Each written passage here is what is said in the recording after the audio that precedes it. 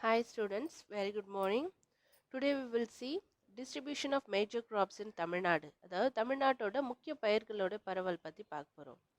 First one Bedi, நெல் சாகுபடி. தமிழ்நாட்டோட முக்கிய உணவு பயிராக இருக்கிறது எதுனா நெல் தான். அதுலேயும் பொன்னி இல்லை கிச்சடி சம்பா அப்படின்ட்டு சொல்லுவாங்க. இதெல்லாம் அரிசியோட வகைகள், நெல் வகைகள் சொல்லுவாங்க.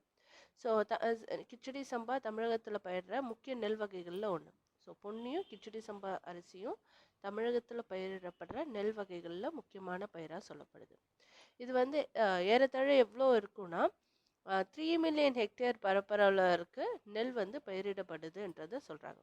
Overall though it is cultivated all over Tamil Nadu, its cultivation is highly concentrated in Thanjavur, Tiruvarur, Tiruvallur, Kanchipuram, Viluppuram and Cuddalore.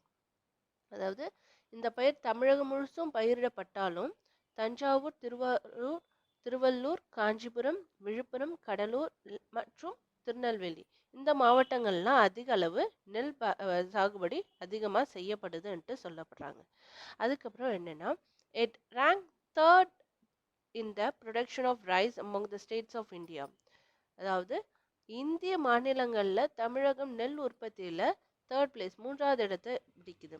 தமிழகத்தில் காவிரி டெல்டா பகுதியில் அதிக அளவு நெல் உற்பத்தி செய்கிற பகுதியாக இருக்கப்படுது. குறிப்பாக தஞ்சாவூர்.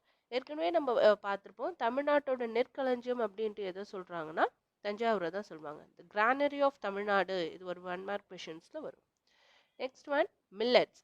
மில்லட்ஸ்னால் திணை வகைகள். திணை வகைகளில் என்னென்னலாம் திணை வகைகள் வரும்ன்றது உங்களுக்கு நல்லாவே தெரியும்.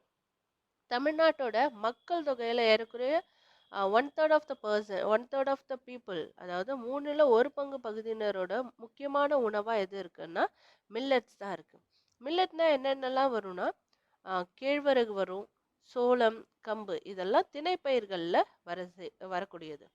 இந்த வகையான பயிர்கள் வந்து வறண்ட பிரதேசங்களில் மட்டும் இல்லாமல் கடற்கரை சமவெளி பகுதிகளிலும் அதிகமாக விளைவிக்கப்படுது.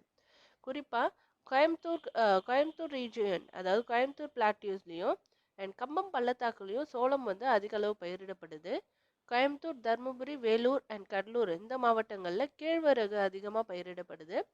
ராமநாதபுரம், திருநெல்வேலி, கரூர், பெரம்பலூர் அண்ட் சேலம் இந்த மாவட்டங்களில் கம்பு அதிக அளவில் பயிரிடப்படுது. Next one pulses. பல்சஸ்னால் உங்களுக்கு பருப்பு வகைகள்ன்றது தெரியும். ஸோ பல்சஸ் வந்து என்னென்னா பருப்பு வகைகளில் அதிக அளவு ப்ரோட்டீன் அதிகமாக இருக்குது, மெயின் சோர்ஸாக இருக்குன்றது உங்களுக்கு தெரியும். ஸோ அதுலேயும் கொண்டைக்கடலை, Bengal gram, black gram, green gram, cowpea and horse gram are the important pulses grown in Tamil Nadu. அதாவது பெங்கால் கிராம்னா கொண்டைக்கடலை, அண்ட் பிளாக் கிராம்னா உளுந்து, அண்ட் கிரீன் கிராம்னா பச்சைப்பயிறு, அண்ட் கவுபினா துவரம்பருப்பு, அண்ட் ஹார்ஸ் கிராம்னா தட்டைப்பயிறு. அண்ட் சாரி கவுப்பைனா என்னன்னா தட்டைப்பயிறு, அண்ட் ஹவுஸ் கிராம்னா கொள்ளு. இது எல்லாமே இல்லைன்னா தமிழ்நாட்டில் விளையிற முக்கிய பருப்பு வகைகளாக சொல்லப்படுது. இந்த பருப்பு வகைகள் வந்து அதோட கிளைமேட்டிக் ரீஜனுக்கு தகுந்த மாதிரி, கால்நிலைக்கு ஏற்ற மாதிரி அது வந்து பயிரிடப்படுறது. வறண்ட நில பகுதிகளில் நீர்ப்பாசன வசதி இருந்தால் மட்டும்தான் அந்த இடத்துல பல்சஸ் வந்து கல்டிவேட் பண்ணுவாங்க.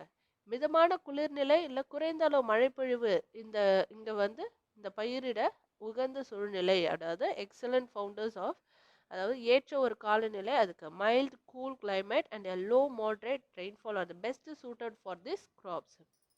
Pulses serve as excellent fodder, அதாவது கால்நடைகளுக்கான மிக சிறந்த தீவனமாக சொல்லப்படுறது பல்சஸ் தான் சொல்லுவாங்க. சென்னை, நீலகிரி அண்ட் கன்னியாகுமரி இந்த டிஸ்ட்ரிக்ஸ்லாம் வந்து, அதாவது இந்த டிஸ்ட்ரிக்ஸை தவிர்த்து மற்ற மாவட்டங்கள்லாம் பருப்பு வகைகள் வந்து பயிரிடப்படுது. எஸ்பெஷலி கோயம்புத்தூர் டிஸ்ட்ரிக்ட் அதில் கொண்டைக்கடலையும், அண்டு கொண்டைக்கடலை அதிக அளவு உற்பத்தி செய்கிற ஒரு டிஸ்ட்ரிக்டாக எதுன்னா கோயம்புத்தூர் தான் சொல்லப்படுது. வேலூர் அண்ட் கன்னியாகுமரி மாவட்டங்களில் துவரம்பருப்பும் அதிக அளவு உற்பத்தி செய்யப்படுது. திருவாரூர், நாகப்பட்டினம், தூத்துக்குடி இந்த மாவட்டங்களில் அதிக அளவு பச்சைப்பயிரும் உளுந்தும் உற்பத்தி செய்யப்படுது. அண்ட் தென் தர்மபுரி, கிருஷ்ணகிரி மாவட்டங்களில் கொள்ளு வந்து அதிக அளவு பயிர் செய்யப்படுது. இதெல்லாம் வந்து எந்தெந்த ரீஜியன்ஸில் எவ்வளோ பயிரிட செய்யப்படுறாங்க, என்னென்ன பயிர்கள் பயிரிடப்படுதுன்றதை சொல்லிட்டு இருக்காங்க.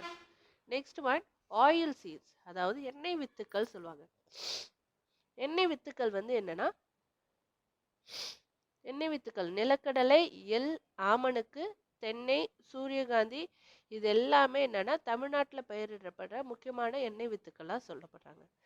அதுவும் எந்தெந்த ரீஜியன்ஸில் எவ்வளோ வந்து பயிரிடப்படுறாங்க, என்ன பயிரிடப்படுது அப்படின்ட்டு பார்த்தீங்கன்னா, உணவு பயன்பாட்டுக்காக பயன்படுறது மட்டும் இல்லாமல் அதிக அளவு இண்டஸ்ட்ரீஸை பேஸ் பண்ணி நிறைய எண்ணெய்கள்லாம் யூஸ் பண்ணுறாங்க. அதில் என்னென்னலாம் வார்னிஷிங்க்கு லூப்ரிகண்ட்டாக யூஸ் பண்ணுவாங்க.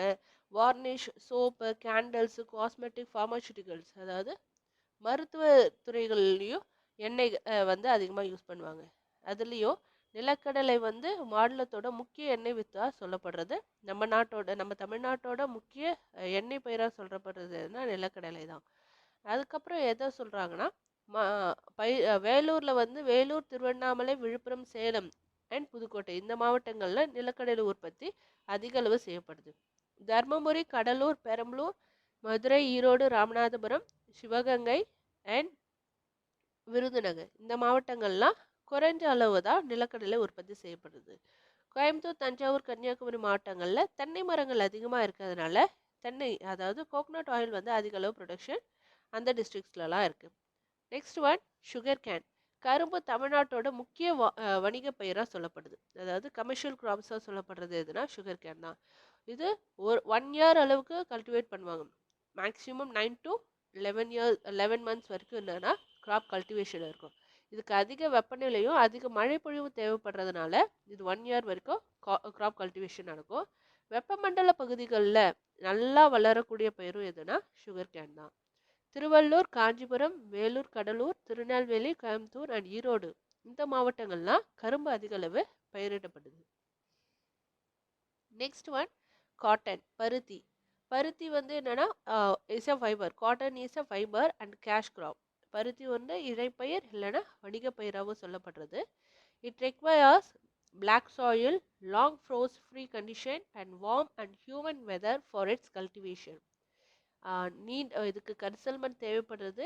பனிப்பொழிவு இல்லாத ஒரு காலத்தில் தான் பருத்தி கல்டிவேட் பண்ணுறாங்க.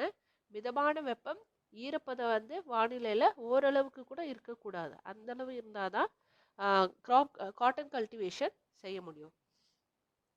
அண்ட் தென் பருத்தி வளர காலநிலைக்கு ஈரப்பதமான காலநிலையும் அறுவடை காலத்தில் வறண்ட காலநிலையும் இருந்தால் தான் பருத்தி வந்து என்னென்னா கிராப் கல்டிவேஷன் பண்ணும்.